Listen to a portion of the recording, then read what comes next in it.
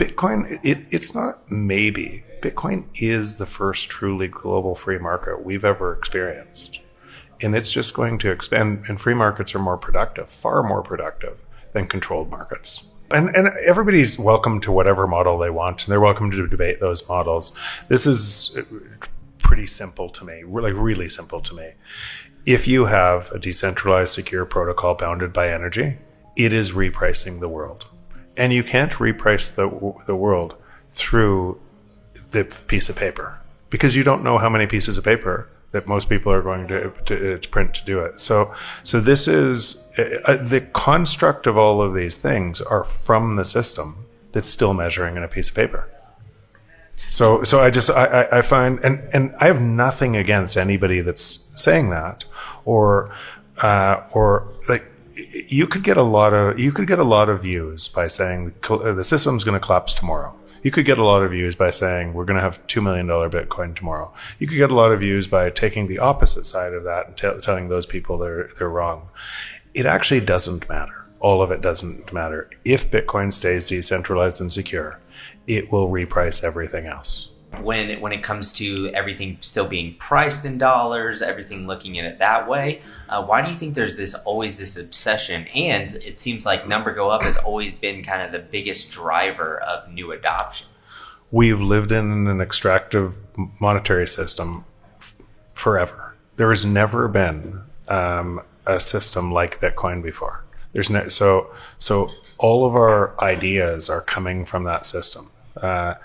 And so it would be normal from that system to measure number go up, but just and think through this at a first principles level. If you are saying number go up, you are actually part of the centralizing system, because that system the natural state of the free market is deflation. We've always a credit-based system cannot allow deflation. Fair? Yeah. That's okay. Fair. So both those statements are true. So the credit-based system is based on a piece of paper that everybody's measuring the world and thinking the piece of paper is solvent, right? And that money is lent into existence. So even if you just paid back all the debt, there'd be no money left, right? Yeah. So it makes your head kind of scratch, right? So that system requires inflation. Requiring inflation is requiring theft in money. Requiring inflation is a centralizing function. So if you're pricing from the system that is requiring inflation, and this natural state of the free market is deflation, then you're part of the centralization of Bitcoin. And I'm not expecting everybody to know this today, tomorrow, anything else, but in time. That's why I just keep saying, if Bitcoin stays decentralized and secure, it actually doesn't matter if you want to price in the piece of paper or not. It doesn't. And a lot of people will trade their Bitcoin for the piece of paper so they can buy it, and they'll get rich in that process, and they'll think they're getting rich, and they'll trade to the piece of paper. But over time, as that centralizes more and more and more, a lot of people won't run nodes. A lot of those people will trust the centralized entities with their Bitcoin because they got rich in it, and it'll centralize further. And if that continues to happen, because these two systems are opposites, they cannot coexist, right, without centralization. Yeah. So if they can't coexist without centralization, and you're part of the system centralizing, then at some point, those people will probably trust other actors to hold their Bitcoin, centralized, and they'll get wiped out by the system that is decentralized and secure, bounded by energy. That is a likely outcome down the road sometime from a mindset of people pricing in a fiat instrument, just like they did to gold. Exactly the same thing. Because what would happen? Gold would centralize, and then you would attack gold.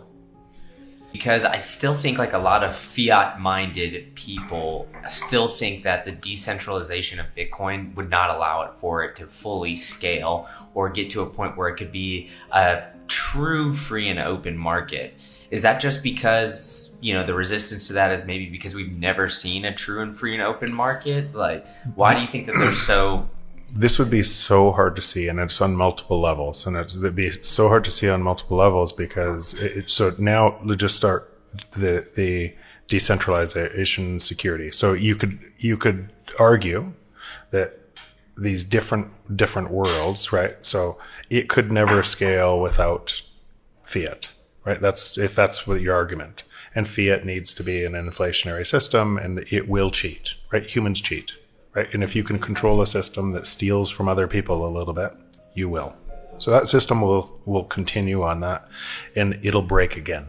In other words, even if you resolve the current balance sheet issue, because Bitcoin went up so much in that, and it looked like your balance sheet was better in that state, it will break again because the natural state of the free market is deflation, and we should have exponential deflation because productivity is moving exponentially.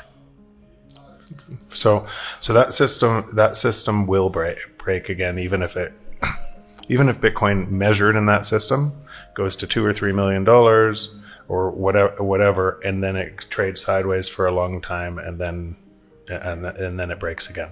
That system will break again because it's not the natural state of the world, and we've always trusted that.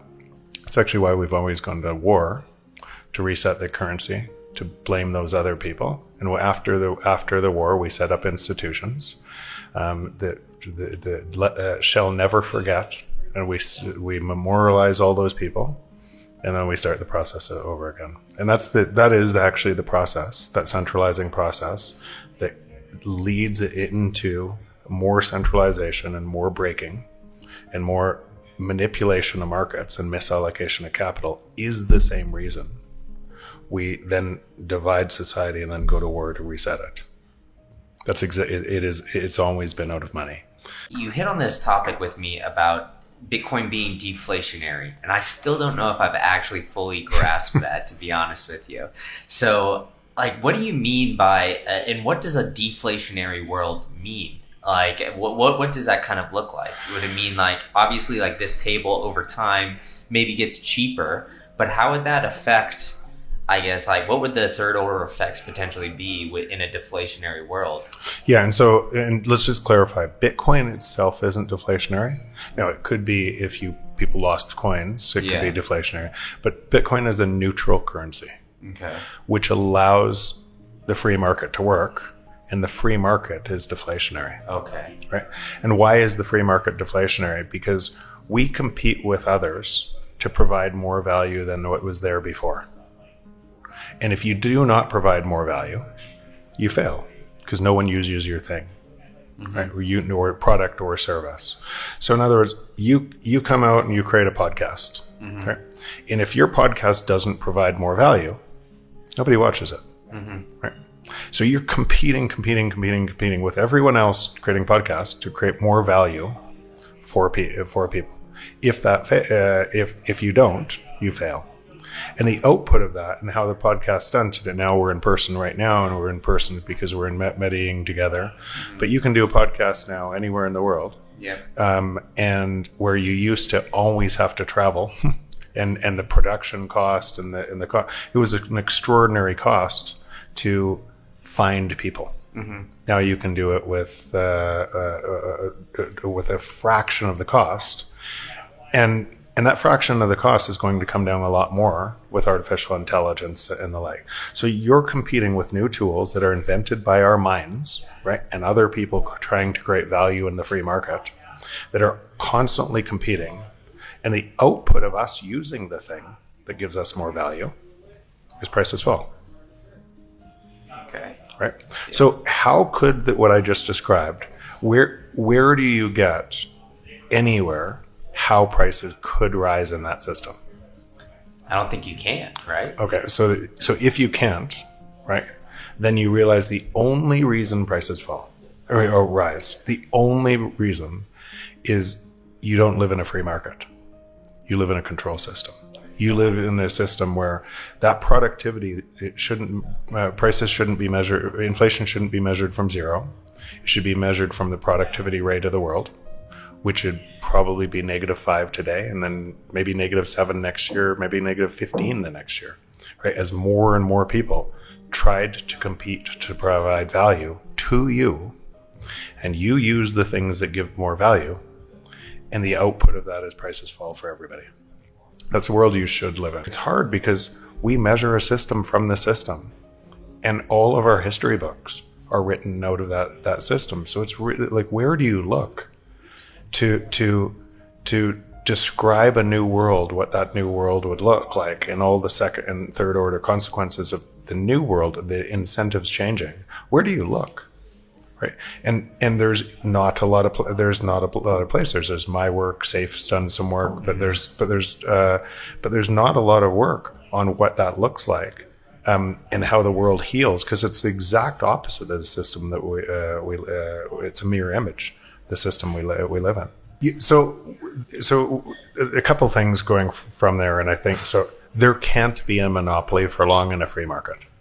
It's impossible, because the monopoly increases, the price increase, the margin increase from the monopoly has everyone attacking that monopoly with a whole bunch of new creative ideas to be able to why? Because there's so much margin to gain there, right? Yeah. Entrepreneurs don't create the next calculator app anymore. They try to create where there's more value. And so it's just a natural place. So the monopolies exist today, and why the monopolies look like they do, and they're getting richer and richer and richer relative to you, and extracting more and more, because they live on top of an extractive system. And it would, of course, look like that. And essentially, they are the opposite side of the productivity that's supposed to flow to you, getting extracted from you. That's what the monopolies look like today. And how do you compete against those monopolies inside that system? How could you create the next Google? You can't, because they're so all powerful, and all of the people using the service, is making them more powerful, making more AI inside a system that's extracting everything from those people. That's all social media on the centralized platform looks, and everybody contributing to it is actually getting worse inside that system. Well, they're all trying to get more money in it, right? And they're driving it, getting it worse. And so you can feel around the world what I'm saying. How do you create? It wouldn't be a monopoly, but if you measured in Bitcoin the gain that what you're making instead of in fiat, what you're making is going to go up. Is going to go up in purchasing power forever. So the sats I give today every day on Nostr, which will buy coffees today, will buy cars in the future. Right? That's what it will look like. Yeah. And so if you're contributing your time today, and you're patient in that time, and you're tuned out of this other world, you're going to be extraordinarily benefited from creating value for other people in an area that accrues more value to you because you created more value.